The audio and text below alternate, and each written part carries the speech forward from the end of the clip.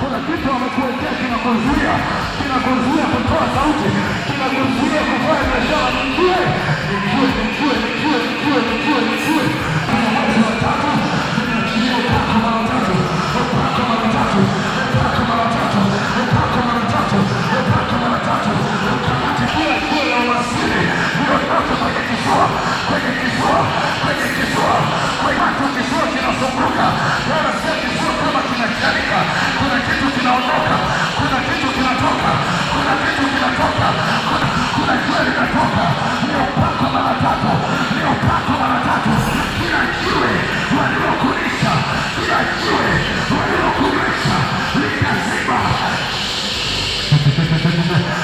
Naona watu wanatapika kule, naona wengine wanaanguka kule, ni nguvu za tenda kazi.